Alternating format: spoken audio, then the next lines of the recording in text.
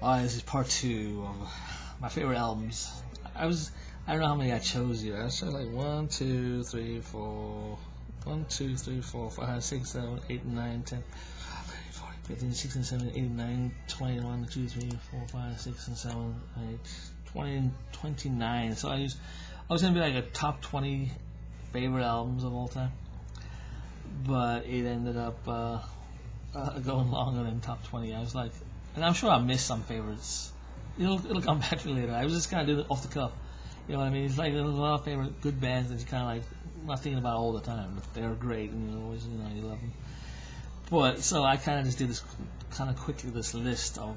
So this is like my top 29 favorite albums, and it's like I try to usually it's like a lot of my favorite bands, and so if I chose like one, it's probably there's more.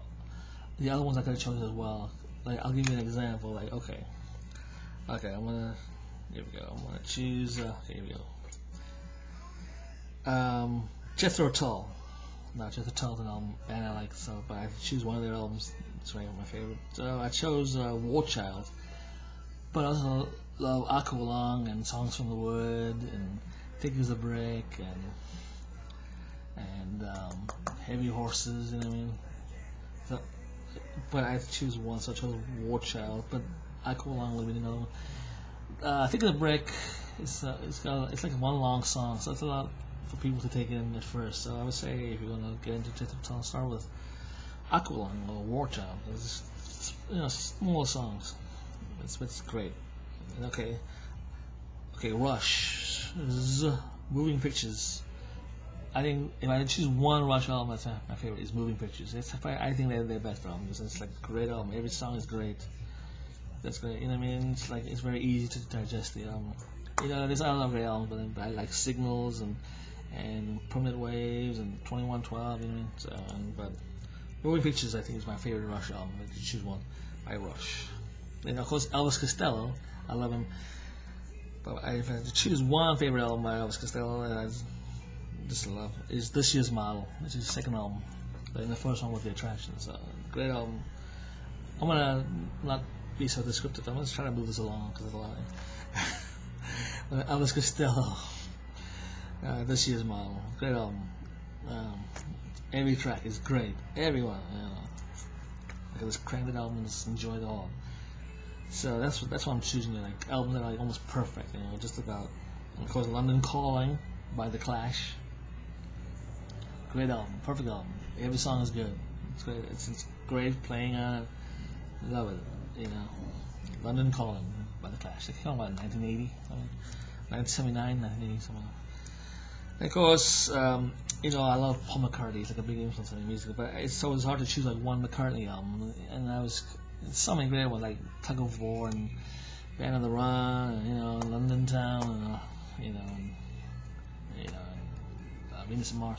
But I chose one of his newer ones, an album called Memory Almost Full, which is a great album. So I chose one of his newer. Came out I think 2007. Memory Almost Full. God, I love that album. It's a very good album. It's the one with Everybody's Gonna Dance, but the rest of those songs are even better than that song. Everybody's gonna dance tonight. Everybody's gonna feel alright. But the rest of the album is even better than that song. And that song is good. It's the opening track, but the rest of the album gets better. House of Wax on there, and Vintage Clothes, which is another great track, and what else is good on it? I mean, it's all good. I want to see your sunshine. They want to see your sunshine. See you guys. They want to see your sunshine. It's another song. And Mr. Bellamy. Relax, Mr. I'm not coming down. And like half of the songs on the album, Paul plays by all the tracks by himself on like half of the album. He could have did like the whole album himself and called it like McCartney 3. That's what he could have did, but he didn't. But it's a great album. But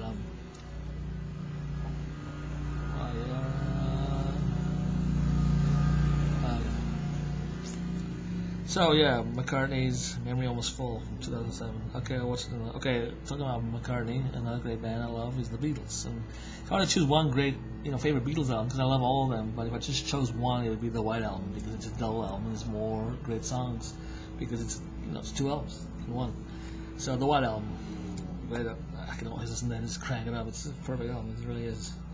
Okay, another one, Jagged Little Pill by Alanis Morissette.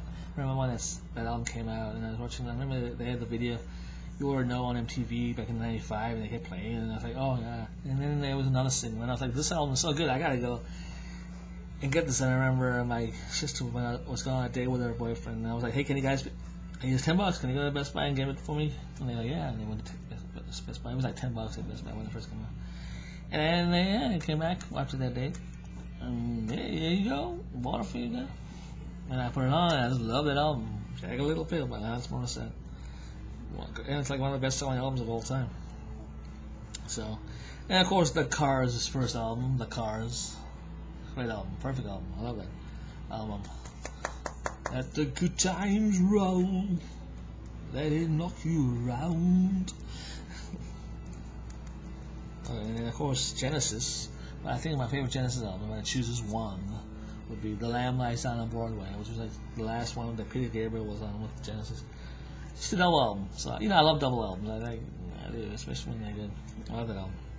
Of course, I put a Duran Duran album on here, and it's probably my favorite Duran Duran album.